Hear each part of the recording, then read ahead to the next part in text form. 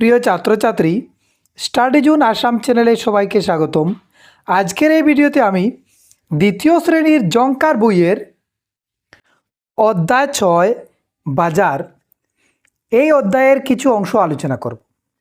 তো বাজার তোমরা সবাই চিনো। বাজার থেকে আমরা বিভিন্ন ধরনের জিনিসপত্র ক্রয় করতে পারি এবং বিক্রিও করতে পারি।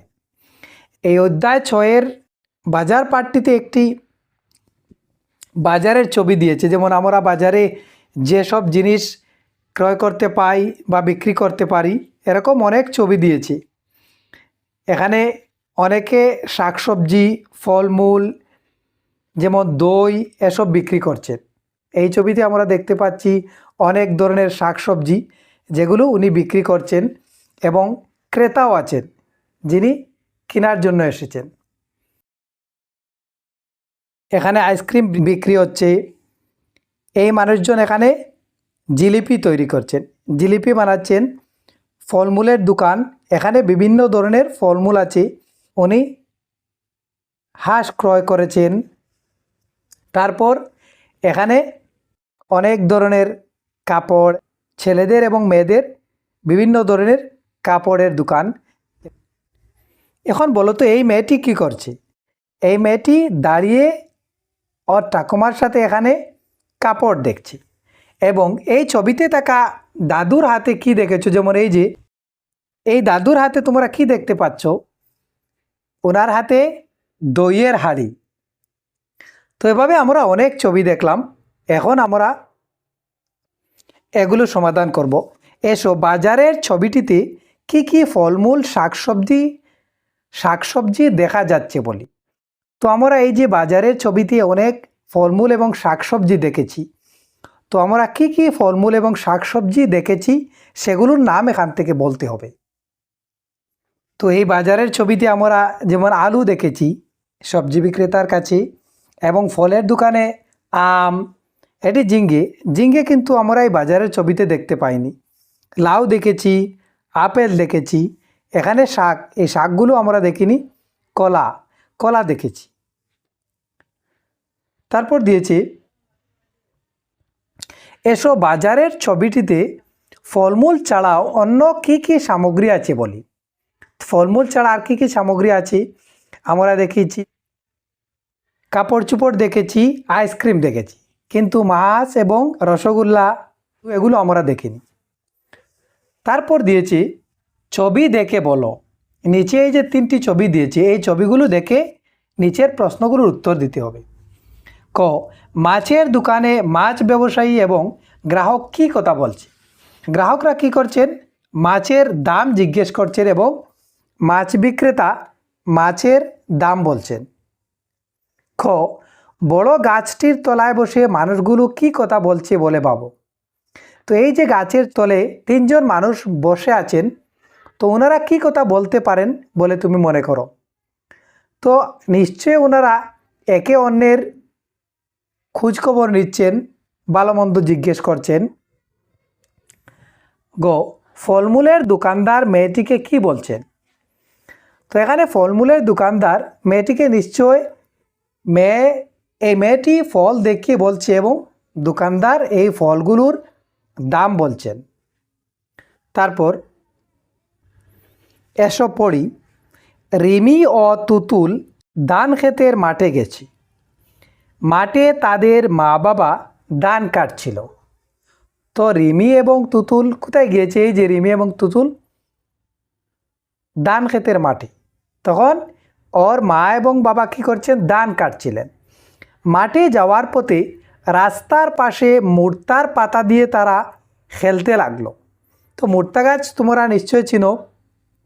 মুর্তার পাতা দিয়ে খুব সুন্দর করে বাঁশি তৈরি করা যায়।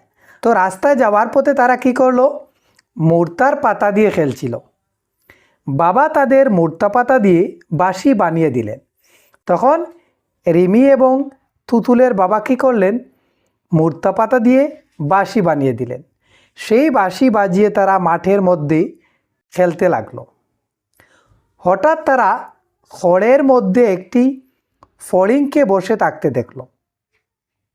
তো তারা যখন মুর্তার পাতার বাঁশি দিয়ে খেলছিল, তখন তারা একটি ফড়িং খড়ের মধ্যে তুতুল ফড়িংটিকে ধরে মা বাবার কাছে নিয়ে গেল। তখন তুতুল এই ফড়িংটি ধরে মা বাবার কাছে নিয়ে গেল। তারা আদর করে রিমিকে বললেন, মা, ফড়িংটিকে ধরবে না, পাখায় ব্যথা পেলে ও যে উঠতে পারবে না, ওকে আপন মনে উঠতে দাও। তুতুল ফড়িংটিকে উড়িয়ে দিল। তখন মা বাবার কথা শুনে মা বাবা বললেন, যদি ও ডানাতে ব্যথা পায় তাহলে উঠতে পারবে না। তখন মা বাবার কথা শুনে কি করলো, তুতুল ফড়িংটিকে উড়িয়ে দিল। তো তোমরা এভাবে ফড়িং ধরবে না, ফড়িং যদি ডানায় ব্যথা পায় তাহলে আর উঠতে পারবে না। তারপর এখানে কিছু প্রশ্ন দিয়েছি। রিমির মা বাবা মাঠে কি করছিলেন? তো উত্তর তোমরা এখানে লিখবে, ধান কাটছিলেন। বাবা তাদের কি বানিয়ে দিয়েছিলেন? তো আমরা পেয়েছি মুর্তার পাতা দিয়ে বাঁশি বানিয়ে দিয়েছিলেন। রিমি ফড়িংটিকে ধরে কোথায় নিয়ে গিয়েছিল? তো এটি আমরা জানি মা বাবার কাছে নিয়ে গিয়েছিল। তো আমরা লিখব মা বাবার কাছে। তারপর দিয়েছি, এসো ছবির সাথে বাক্য দাগটা নিয়ে মেলায়। তো এখানে ছবি দিয়েছে এবং নিচে ছোট ছোট বাক্য দিয়েছি, এগুলোর সাথে দাগটা নিয়ে মিলাতে হবে। হাল বাওয়া, এই যে এটি হলো হাল বাওয়া, এগুলো হলো ধান কাটা, জাল বাওয়া। তো হাল বাওয়ার সাথে আমরা এভাবে টান দিয়ে মিলাবো। ধান কাটা, এই যে ধান কাটছেন উনি, জাল বাবার সাথে। তারপর এসো শুনি এবং বলি। তো এখন তোমরা শুনবে, তারপর বলবে। এই কোণাতে দিয়েছে দন্তীয় শয়ে তয়, এটি হলো দন্তীয় স্বর সাথে থ যুক্ত হয়েছে। দন্তীয় শয় কয়, দন্তীয় শয়ে তয়, এখানে বড় তো যুক্ত হয়েছে, এখানে ছোট তো। দন্তীয় শয় পয়, দন্তীয় শয় ফয়, দন্তীয় শয় মফলা বা ম। এখানে বানান দিয়েছে, শব্দ দিয়েছি। দন্তীয় শয় তয় তায়কার আর দন্তীয় ন স্থান, আস্থা, প্রস্থান, স্থবির, স্কেল, স্কুল, নমস্কার, পুরস্কার, বস্তা, সস্তা, স্তর, রাস্তা, স্পর্শ, স্পৃহা, নিস্পৃহ, ইস্পাত, স্ফূর্তি, স্ফটিক, আস্ফালন, স্ফুরণ, স্মরণ, স্মারক, স্মৃতি, বিস্মৃতি। তারপর দিয়েছে, এসব শব্দগুলো পড়ি ও যুক্তাক্ষর লিখি। শব্দগুলো পড়বে, তারপর যুক্তাক্ষর লিখতে হবে। এই যে খালি জায়গা দিয়েছে, এই খালি জায়গাগুলোতে দন্তীয় শয় তয় তা একার আর দন্তীয় ন স্থান, তাহলে এখানে যুক্তবর্ণ হলো দন্তীয় শয় তয়। তো এখানে খালি দিয়েছিল আ দন্তীয় শয় থয় তা একার আস্থা, প্রস্থান, স্কেল দন্তীয় শয় কয়, নমস্কার, পুরস্কার, স্তর দন্তীয় শয় তয়, রাস্তা, বস্তা, স্পর্শ দন্তীয় শয় পয়, স্পর্ধা, স্পন্দন।